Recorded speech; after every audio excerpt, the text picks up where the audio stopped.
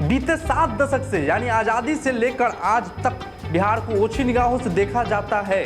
क्यों? हम बिहारी जो होते हैं ना, वो दुनिया के सबसे बड़े बेवकूफ़ लोग होते हैं, इसलिए कभी महाराष्ट्र से तो कभी दिल्ली से खदेड़ दिए जाते हैं। अरे भाई, हमने सांसद पैदा किया, विधायक पैदा किया, अब सांसद हमारे लिए रोजगार पैदा करे। हम क्यों जाए मुंबई? भाई, हमारे खून पसीने से पूरा महानगर खड़ा है, लेकिन फिर भी हमारी औकात क्या है? याद कीजिए सीवान की उस तेजाब कांड को, जिसकी याद मात्र से आज भी शरीर में सिहरन उठ जाती है। जात पात का मोह त्याग दीजिए, एक क्वार्टर में मत बेचिए अपना वोट। यह प्रदेश के भविष्य का सवाल है, हमारी अस्मिता का सवाल है। समर शेष है, नहीं पाप का भागी केवल व्याध, जो त्रस्त है समय लिखेगा उनका भी अपराध। राष्ट्र कवि रामधारी सिंह के दिनकर कहते हैं ना, ये आप सबको पता ही है। आज बात नेताओं की गलती की नहीं, आज बात करेंगे इस लोकतंत्र में सबसे मजबूत स्तंभ जनता की। दिनकर बाबू कहते हैं, पाप का भागी केवल शिकारी ही नहीं, बल्कि जो मौन खड़ा सब कुछ देखकर चुप रह जाता है वो भी है। बीते 7 दशक से यानी आज़ादी से लेकर आज तक बिहार को ओछी निगाहों से देखा जाता है। क्यों? कभी सोचे हैं? कभी हिम्मत किए हैं सोचने की? नहीं ना। इसके जिम्मेदार आप हैं, हम हैं, और इस बिहार के वो सभी लोग हैं जिनका नाम बिहार के वोटर लिस्ट में दर्ज है। क्योंकि हम बिहारी जो होते हैं ना, वो दुनिया के सबसे बड़े बेवकूफ़ लोग होते हैं, इसलिए कभी महाराष्ट्र से तो कभी दिल्ली से खदेड़ दिए जाते हैं। कहते हैं ना, यूपी और बिहार जिसे चाह जाए उसकी केंद्र में सरकार बन जाती है। तो भैया, लाख टके की बात यह है कि हम तुम सबसे ज़्यादा सांसद और विधायक तो पैदा कर देते हैं, पर उनसे फिर कभी प्रश्न नहीं करते। आज चुनाव है ना बिहार में, पर पता है आज भी हम सवाल नहीं करेंगे, हम तो जाति देखेंगे भैया। अरे भाई, हमने सांसद पैदा किया, विधायक पैदा किया, अब सांसद हमारे लिए रोजगार पैदा करे। हम क्यों जाए मुंबई? भाई, और है क्या मुंबई में? जहर भरा हवा, गंदा पानी, और 10 बाई 10 के कमरे में रह रहे 5 लोग एक साथ। हम वहां जाकर काम भी करते हैं, दिन रात एक कर देते हैं, पसीना बहाकर उस राज्य की अर्थव्यवस्था को मजबूत करते हैं। किसी कारखाने का मालिक कभी काम करता है क्या? हमारे दम पे उनका व्यापार फल रहा है, फूल रहा है। पत्रकारिता में 70% हम भरे हुए हैं, हर पत्रिका, हर अखबार में हम हैं। नाली साफ करने वाले, फेरी वाले, रिक्शे वाले, पंचर बनाने वाले, झाड़ू लगाने वाले, फूल वाले, सब हम हैं। हमारे खून पसीने से पूरा महानगर खड़ा है, लेकिन फिर भी हमारी औकात क्या है?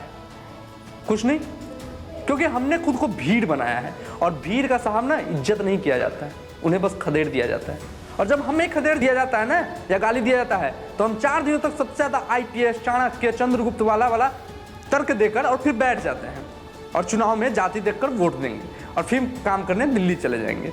क्योंकि हम सवाल नहीं पूछते। सबसे बड़ा हमारा तकलीफ ये है, जब तक हम प्रश्न करना शुरू नहीं करेंगे, बाहर वाले लोग गाली देते रहेंगे, और आप जिसे वोट दिए वो भी दुत्कारता रहेगा।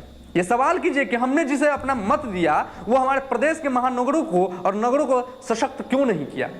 हमारे लिए, हमारे प्रदेश में रोजगार पैदा क्यों नहीं किया? लोकसभा में 39 सदस्य सिर्फ हमारे हैं, दोस्त बाहर के लोगों की नहीं है। हमने कभी खुद को सही से आंका ही नहीं, हमने अपने वोट के महत्व को नहीं जाना, हमने सवाल नहीं किया, बस भीड़ बनकर रह गए। हम जात पात के रास्ते से इतने दूर जा चुके हैं कि हमें विकास से कोई मतलब ही नहीं है। ये विधायक हर 5 साल में हम चुनते हैं, और विधानसभा सत्र में विकास की किरकिरी होती है, तो हम एक स्वर में कहते हैं कि बिहार का विकास संभव ही नहीं है। हम अपने चहेते उम्मीदवार को वोट देते हैं, और पार्टी गठबंधन बदलकर विपक्ष के साथ मिल जाती है, और आपकी दी हुई कीमती वोटों का गलत वोट दिया जाता है, और फिर हम वही उसी गंदी राजनीति का शिकार होकर खामोश बैठ जाते हैं। थोड़ा ठंडे दिमाग से सोचिए। अरे कौन कहता है आसमान में सुराख नहीं होता, एक पत्थर तो तबीयत से उछालो यारो, दुष्यंत कुमार कहे हैं ना। आप सोचिए तो और करिए। 70 साल में चुनाव दर चुनाव एक ही वादा किया जाता है, शिक्षा, स्वास्थ्य, रोजगार, बिजली। सालों साल यह वादा होता है जमीन पर, लेकिन एक को नेता आके ब्यौरा दे दे विकास का तो माने। कागज पर तो महल खड़ा कर दिया गया है, जमीन पर झोपड़ी भी बने तो दिखाइए, बना है क्या? चुनाव आने पर एक के बना बनाया रोड को तोड़कर फंड दिखा दिया जाता है कागज पर, और मिलता जुलता कुछ शब्द पकड़ा दिया जाता है जनता को। क्या मिला है जनता को आज तक?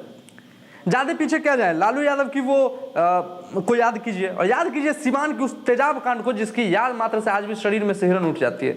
याद कीजिए उस जंगल राज को, जिसके लिए स्वयं तेजस्वी यादव ने माफी मांगा। वो खुद स्वीकार करे कि गलती हुआ है, गलती हुई तभी तो जंगल राज से छुटकारा और बिहारी अस्मिता के नाम पर 2005 में नीतीश कुमार जी सरकार बनाए। अब इस 15 साल के लिए देखिए कुछ खास दिख रहा है इसमें? बीते 4 साल को नीतीश जी की राजनीति के ब्रेड पर मक्खन लगाकर चाट गए हैं। सरकार उलटती पलटती रही, विकास के नाम पर खर्च हुए धन का हिसाब भी स्पष्ट है, चाहे तो देख सकते हैं। आप विधानसभा चुन के विधायक भेजते हैं, आप उसको देखते हैं कि विधानसभा में आपके लिए आवाज उठा रहा है कि नहीं। नीतीश जी की तथाकथित सुशासन की सरकार की बात करें तो ज्यादा पीछे मत जाइए। हाल में हुए घटनाओं पर बात करते हैं तो सबसे पहले चमकी बुखार से तड़पते बिहार का चेहरा आंखों पर घूमने लगता है। चमकी बुखार ने नीतीश बाबू के स्वास्थ्य व्यवस्था की सारी पोल खोल कर रख दी। पता चला कि कई ग्रामीण क्षेत्रों में टीका व इंजेक्शन तक नहीं थी। और आगे चलिए, ये लॉकडाउन में जो भाई शहर से भूखे प्यासे 2-2 हजार किलोमीटर पैदल चलकर घर आए और आते वक्त कहा था कि अब गांव में रोजगार न मिली तो वोट न देंगे, वो भूलिएगा नहीं, याद रखिएगा सब कुछ। 1990 से 2005 तक लालू यादव को जिसने देख लिया वो लालू यादव को वोट नहीं देगा। जिसने अपहरण देखा, जिसने तेजाब में नहलाते हुए व्यक्ति को देखा, वो कैसे दे सकता है वोट। नीतीश जी 2005 में सुशासन और विकास का बात किए, लालू यादव से लोग इतने तरस थे कि उनको जी जान से लगाकर जिता दिया। सड़क बिजली की बात करते थे नीतीश जी तब, आज भी सड़क बिजली की ही बात होती है। अरे मान लिए आपने दे दिया सड़क, दे दिया बिजली, अब क्या 15 साल में सिर्फ सड़क बिजली का काम हो सकता था? इसी पे बात कीजिएगा। अभी आज भी प्रेस कॉन्फ्रेंस आज की बात है वो बिजली पर कर रहे थे। स्वास्थ्य, शिक्षा, इंफ्रास्ट्रक्चर, नौकरी की बात कौन करेगा? कोरोना काल में नाकामी, स्वास्थ्य में बदहाली, लोगों के पलायन को देखिए। हमने नीतीश को क्यों वोट दिया था? सड़क, बिजली, स्वास्थ्य, अर्थव्यवस्था, इंफ्रास्ट्रक्चर, शिक्षा, इन्हीं सबको दुरुस्त करने के लिए ना। हुआ क्या? और अगर नहीं हुआ तो क्यों वोट देने जा रहे हैं इस बार? फिर खुद सोचिए कि ये लोग आपके मत को डिजर्व करते हैं। जब याद रख रहे हैं तो ये भी याद रखिएगा कि कल जो गुंडा लफुआ लुटेरा आपको परेशान कर रहा था, वो आज जात के नाम पर टिकट लेकर आएगा, पार्टी से आपसे वोट मांगेगा और कहेगा चाचा तो तुरंत जातिवाद का घूंटी मत पी लीजिएगा। ऐसा न हो कि अपने पुराने किए हुए दृढ़ निश्चय को, अब की रोजगार नहीं तो सरकार का बहिष्कार को क्वार्टर में घोल कर पी मत जाइएगा।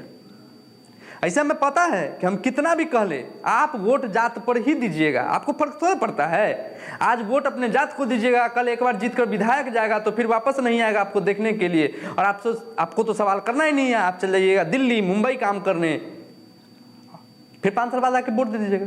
अरे गुलाम मत बनिए सरकार का, सवाल करना सीखिए। आपको जहां गलत लगे आप सवाल कीजिए। असली मालिक आप है। जितने डीएम, शासन प्रशासन, एसपी सब आपके नौकर हैं।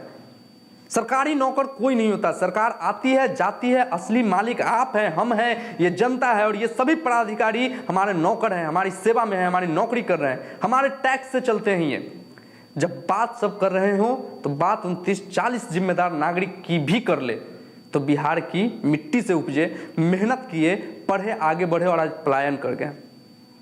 आज एसी कमरे में बैठकर ये कहते हैं कि बिहार कभी नहीं बदल सकता। मैं पूछता हूं क्यों? आखिर आप उस मिट्टी से उठकर आगे आ गए तो और लोगों में भी काबिलियत है ना। आप बदलिए, प्रयास कीजिए। आपके 30-40 लाख वोट से बहुत फर्क पड़ेगा। आप जातीय वोट बैंक नहीं बनेंगे, आप अपने विवेक से मत देंगे और वाजिब सवाल पूछेंगे। बिहारी आज अपनी अस्मिता खो रहा है। हीन भावना से यहाँ के लोग को देखा जाता है, लेकिन अब वक्त आ गया है कि काम पर वोट देना है। आपके बच्चे जातिगत नहीं शिक्षित होकर विकास में योगदान करेंगे। पूछिए अपने नेता से, जब बाढ़ आया तो वो कहाँ छिपे थे? जब लॉकडाउन में आप भूख से तड़प कर घर लौट रहे थे तो वो नेता कहाँ थे?